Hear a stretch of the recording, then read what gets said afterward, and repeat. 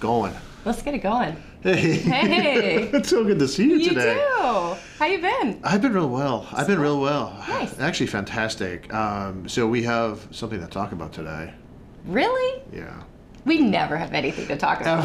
Ever. I know.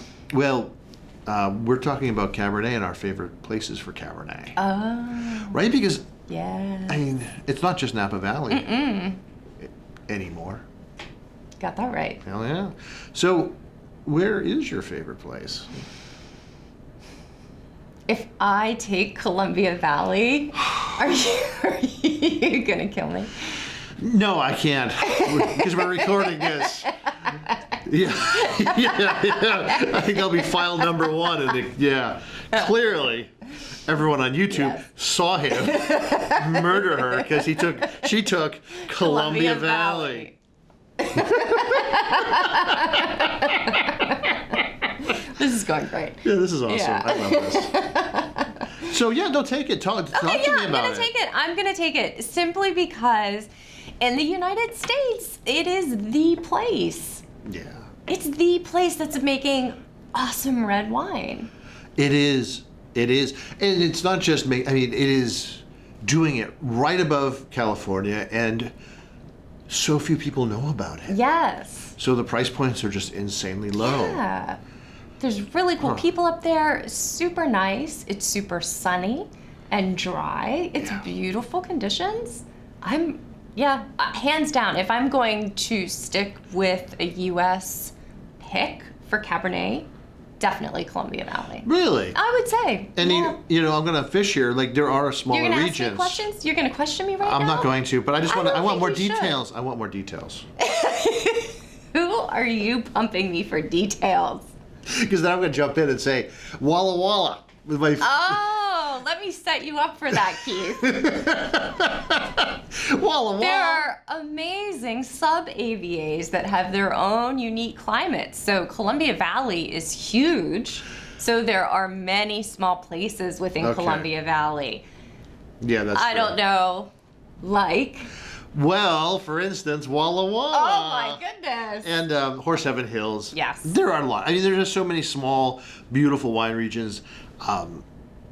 Shampoo Vineyards. Shampoo Vineyards. I know, the funniest, awesome name and most delicious friggin' wines. I love it. And I think there's even a Candy Mountain now. They came in with some new AVAs a few years ago. I know. I should know this. It just sounds like Candyland. I love it. It does. So I am going to push back on. I don't think Columbia Valley is the only place in the U.S. for cab. Excuse me, I didn't say it was the only place. I said if I'm going to pick. So let's roll back the attitude here. Okay, all right, you love it. All right. I want to throw props to Santa Barbara. Fine. Yes. Is it Happy Valley or Happy Canyon? It's Happy Canyon. It's the uncanny valley. Is that thing where it's not quite human. Happy Canyon is in Santa Barbara. That's awesome. Yes. Awesome. I would agree. And you get to always teach that class, too. I do. Never once taught that class. That is correct. Yeah. I call dibs on Pinot. Yeah. Santa Barbara is known for Pinot. Santa Maria Valley, love Pinot. But we're not talking about Pinot today. No, we're not. All right. And I got to say that for my Napa replacement, honestly, having made Napa cabs, I do love them. I'm tired of them, though. I'm just a little worn out by them. But if I want that style for less money, typically Paso. Like Paso cabs are awesome. 15, 20, 30 bucks, you get awesome cabs from Paso. Are they usually blends? Not usually. No, you can legit get great, just 100% Cabernet. I mean, there might be a little bit of Merlot in the blend, but you get awesome cabs. Because those guys are the Rhone Rangers. That's true. They love the Rhone varieties, and they love to blend. Yes. But that's actually the other side of so those are the newer, like, early aughts is when the Rhone Rangers really came into the hills. But before that, it was a huge amount of high-end Cabernet that was planted. And Zinfandel. And earlier, that was the first things that were planted was Zin, and then came in the Cabernet. And the Cab is beautiful. It's unctuous, but it's that other style Cab. And that it was really popular today. Like everyone who drinks cab loves Napa cabs. That they like Paso too. Yeah. Whereas Columbia Valley, that's much more structured and beautiful, and more, I think, my style and your style. A little more old world. Yeah. Yeah. Where else would you recommend folks going? So I love Australia wines. Yeah. You know, I'm always trying to pump up Aussie wines. And now everyone's going to push back on that. Like, are you into the critter wines? No, I'm not into critter wines. Not at all. That's so horrible for you to say that. I know, because everyone has such a bad idea of what Australia is, because Right. they only see what came into this country and the yellowtails and such. They don't realize how much amazing bottles are from there. So where are you thinking? So there are two places Okay. that I know of for really phenomenal Cabernet. Okay. There's Coonawarra. Let me say that again. There's Coonawarra, Yeah. South Australia, right south of Adelaide. That's true, and that's the Terra Rosa. That's the Terra Rosa soil. Awesome. Yeah. And then we also have a place called Little Bordeaux. It's not called Little Bordeaux. It is. I have not seen that on a map anywhere. That's I'm what we just- call it in the biz. Really? Oh. I am so sorry. I am so sorry that I don't. But I assume what you're talking about is Western Australia. Yes. Yeah. Yes. Yeah. Specifically, Margaret River. They are awesome. Yeah. I mean, it's completely opposite end of the continents. I know. And they're completely different. And the other thing, I mean, even in Coonawarra and like places in Southern Australia, you get that big unctuous fruit. For sure. But Western Australia, it's all pure, delineated, clean, beautiful cabs. Crunchy fruit. Yeah. Balanced. Yeah, and that's just a totally different style, like that Bordeaux style, which we haven't mentioned. Of course, if this amazing Bordeaux blends are 50% Cabernet. Oftentimes, those are absolutely lovely. Yeah, of course. Yeah, but Duh. yeah, I know. I just Come like on. nobody can afford them anymore. Like they're really Yeah. good ones. It's just in my life in wine, they went from being expensive 30 Right. years ago to obscenely expensive Yeah, today. unreachable.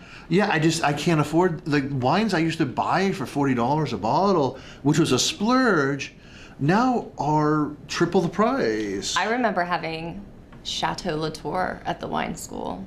Oh yeah, that's That right. was a very long time ago. That was a long time, and that was because I used to. So there was a point where we could actually buy like, first growths and second growths for the school, and then I started the thing where I would buy off vintages, so that I could get like the prices would be low, but the quality is so sky high. Yeah.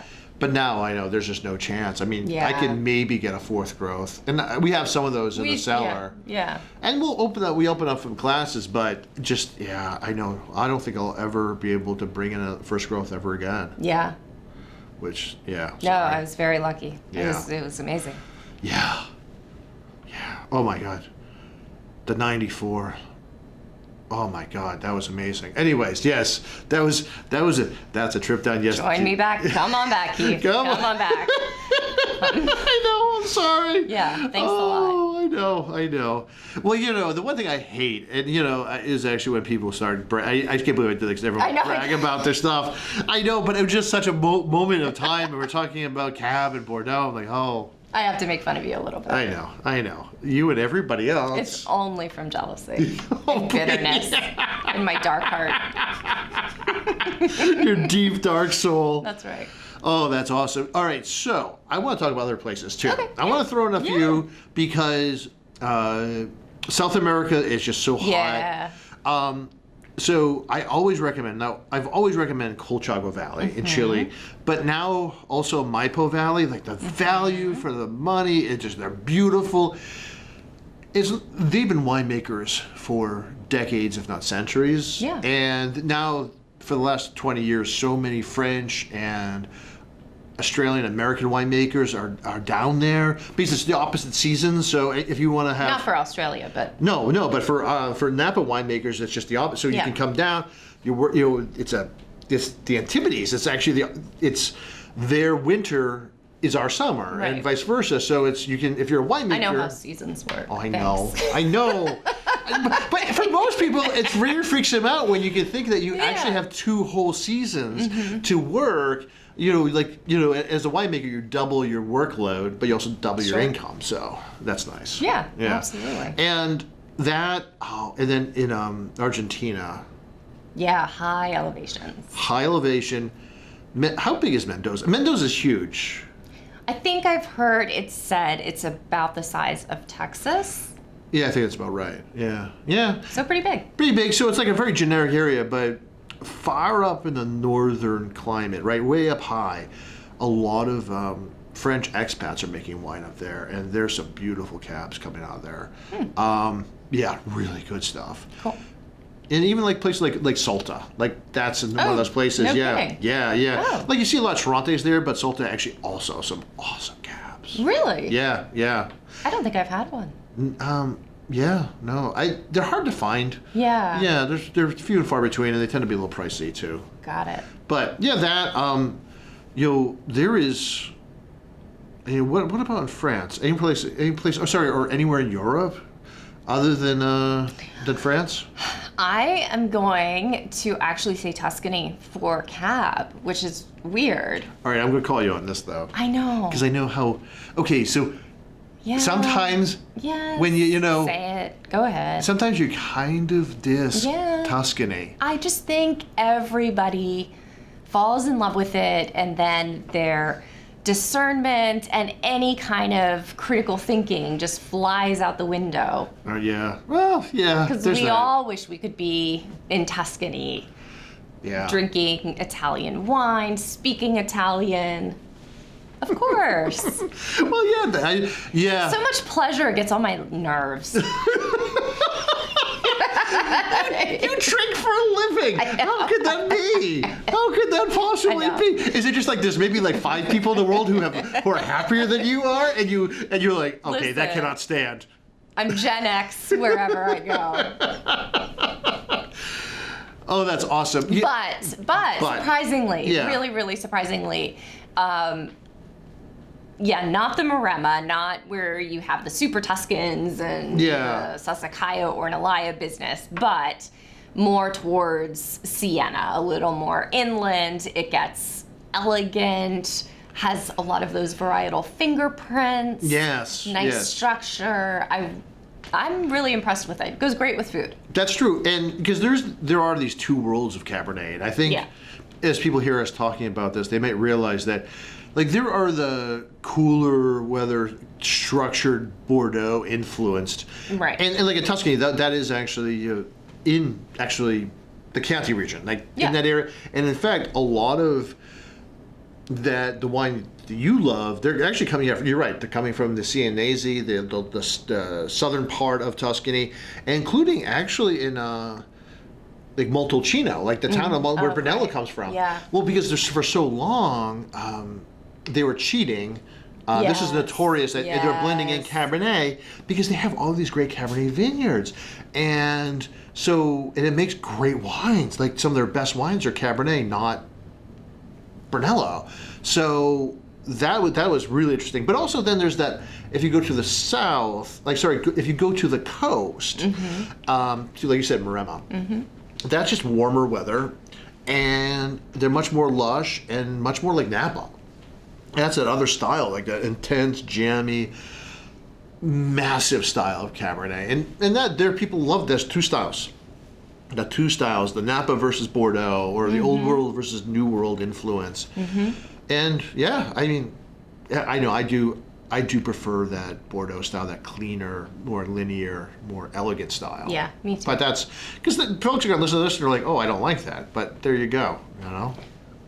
It's our opinion here. Oh, I thought this is the Bible according. The name of this podcast is the Bible according to Alana and Keith. Keith speaks. Keith speaks, you listen. Boom. Oh my God, so many likes. So many likes and subscribes. Like, oh yeah. This is amazing. Oh yeah, by the way, if you Don't could try to like get this. them on your side. Oh, well, no. Don't- no. If you think Alana's right, like and subscribe. If you think I am right, like and subscribe. That's all I'm asking.